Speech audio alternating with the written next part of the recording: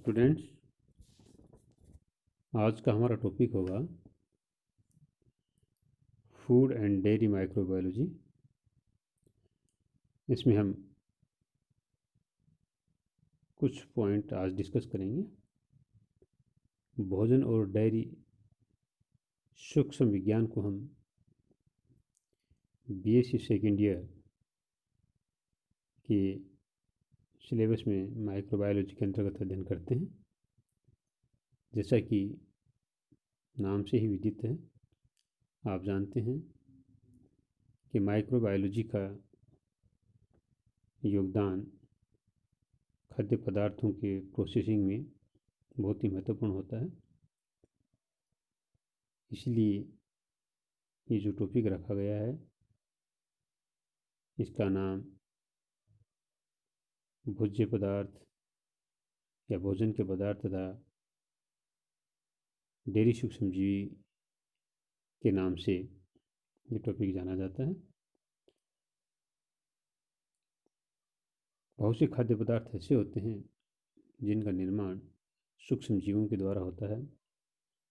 जैसे आप जानते हैं कि दूध से दही का निर्माण होना, इसमें भी सूक्ष्मजीवों का बहुत बड़ा योगदान होता है, जिसकी सहायता से दही का निर्माण होता है। हम जानते हैं कि भोज्य पदार्थ या खाने योग्य जो पदार्थ जैसे दूध, दही, छाछ, साइलेज, आचार आदि हमारे आहार के मुख्य अवयव होते हैं, या इनको हम भोजन के रूप में प्राप्त करते हैं। इसमें उपस्थित कार्बनिक यौगिक जल तथा उदासीन या कम पीएच के ऊपर इनमें सूक्ष्मजीव आसानी से वृद्धि कर जाते हैं। अर्थात ये सभी सूक्ष्मजीवों के लिए एक अच्छे कल्चर मीडिया के रूप में या अच्छे मीडिया के रूप में कार्य करते हैं। इनमें सूक्ष्मजीव आसानी से वर्धित करते हैं। सूक्ष्मजीव इन खाद्य पदार्थों में वृद्धि कर इन खाद्य पदार्थों का अपघटन करते हैं। जिस अभिक्रिया के द्वारा अपघटन करते हैं उसे हम फेर्मेंटेशन या किण्वन के नाम से जानते हैं। या किण्वन की क्रिया के द्वारा सूक्ष्मजीव इन भोज्य पदार्थों को उपयोगी खाद्य सामग्री में बदल देते हैं। सूक्ष्मजीवों की कार्य करने की प्रवृत्ति या इनकी फिजियोलॉजिकल बेसिस के ऊपर हम देखें तो सूक्ष्मजीवों को निम्न प्रकार से हम विभाजित कर सकते हैं।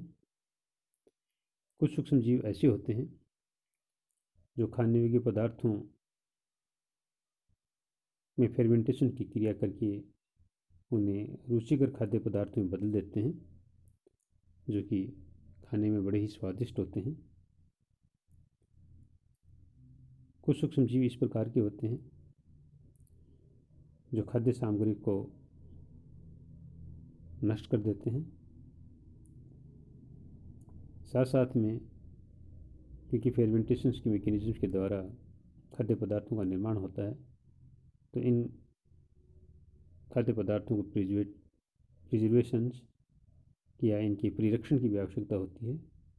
तो इसलिए कुछ सूक्ष्मजीव इस प्रकार के होते हैं जिनकी सहायता से हम खाद्य पदार्थों को प्रिजर्व कर सकते हैं। अर्थात कुछ ऐसे पदार्थ होते हैं जो प्रिजर्वेशन में हेल्पफुल होते हैं। फेर्मेंटेड फूड, जो कि हम जानते हैं कि फेर्मेंटेशन की क्रिया के द्वारा बनाया जाता है, और इस फेर्मेंटेड फूड में लैक्टिक अम्ल जीवाणु के नाम से जानने वाले या ये बैक्टीरिया लैक्टिक अम्ल बैक्टीरिया के नाम से जाने जाते हैं, जिन्हें हम लैक्टोबैसिलस, ल्यूकोनोस्टॉक तथा पेडिकोकस के नाम से जानते हैं। ये सभी जीवाणु भोजन या खाद्य पदार्थ में उपस्थित कार्बनिक पदार्थों का फेर्मेंटेशन करते हैं और फेर्मेंटेशन करने के बाद में ये इन खाद्य पदार्थों को सरल कार्बनिक पदार्थों में बदल देते हैं।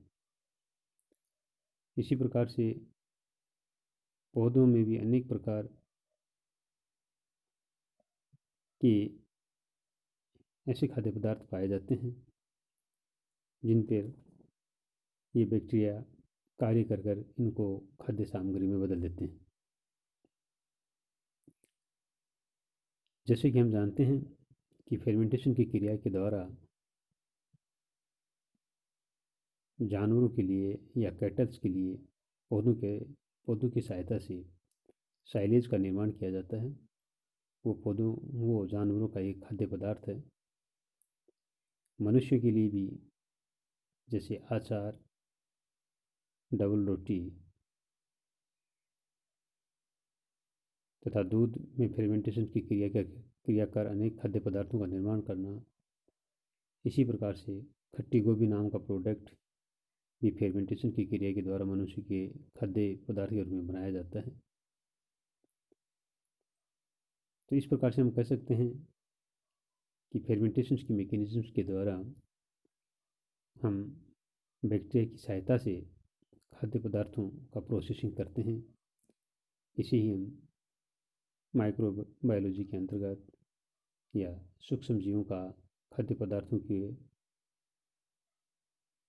साथ क्या इनका उपयोग है, इसके संदर्भ में इसका अध्ययन करते हैं। सर्वप्रथम हम देखते हैं साइलो संरक्षण में मुख्य रूप से पशु आहार का निर्माण किया जाता है या साइलेज का निर्माण किया जाता है। ये साइलेज ऐसा पदार्थ है जो पशुओं को खाद्य पदार्थ के रूप में दिया जाता है, जिसमें शर्करा की मात्रा अधिक होती है, जैसे एल्फा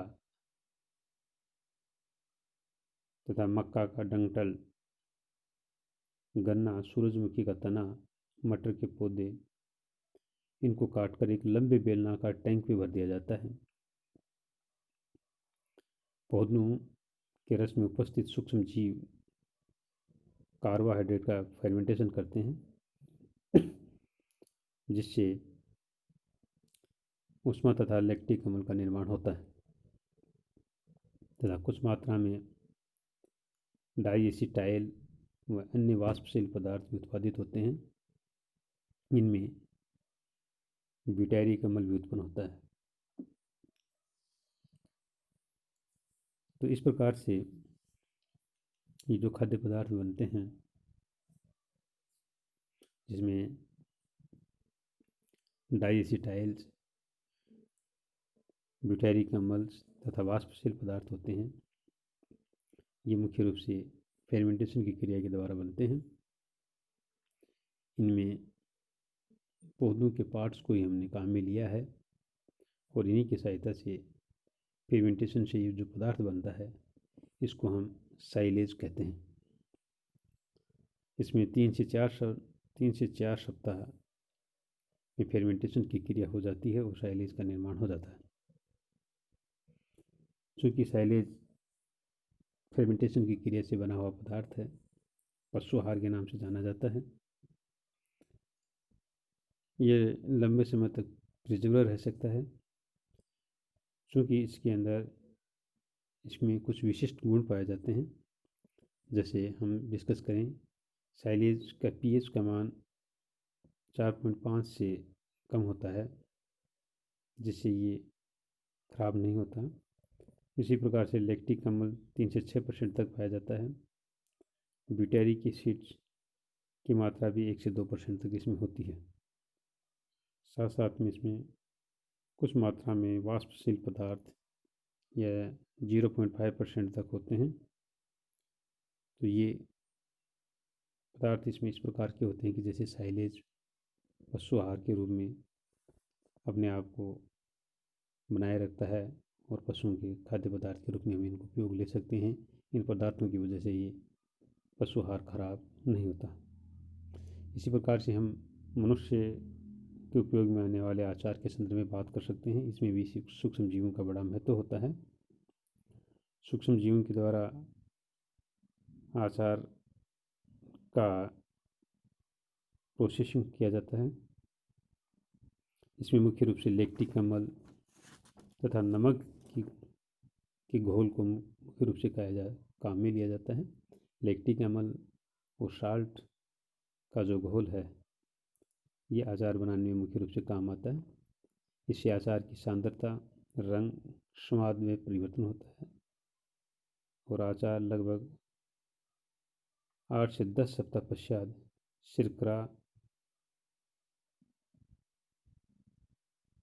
सिरका, शर्करा, मिर्च, सोया तेल या अन्य रुचिकर पदार्थ में इसको रख करके प्रिजर्वेट करके हम पैक कर देते हैं और बाद में इसको एज ए खाद्य पदार्थ उपयोग में लेते हैं। तो बेसिकली हम कह सकते हैं कि अचार के निर्माण में सूक्ष्म जीवों का बड़ा योगदान है। इसमें मुख्य रूप से रोल अदा करने वाला लैक्टिक अम्ल तथा नमक का घोल है, जिससे ही अचार रुचिकर बनता है या स्वादिष्ट बनता है, जिसको हम विशेष प्रकार के जो तेल हैं जिनमें रख करके प्रिजर्व कर लेते हैं और समय समय पर ऐसे खाद्य पदार्थ उपयोग में लेते रहते हैं। तो आज के इस टॉपिक में आज हम इतना ही देखते हैं। हम जानते हैं कि लैक्टिक एसिड्स को बनाने वाले बैक्टीरिया माइक्रोबायोलॉजी के अंदर महत्वपूर्ण योगदान प्रदान करते हैं और ये बैक्टीरिया खाद्य पदार्थों की प्रोसेसिंग में उपयोगी साबित होते हैं, जिससे खाद्य पदार्थों का प्रोसेसिंग होता है और उपयोगी खाद्य पदार्थ जंतुओं के लिए तथा मनुष्य के लिए बनाए जाते हैं, जिनको एज ये खाद्य पदार्थ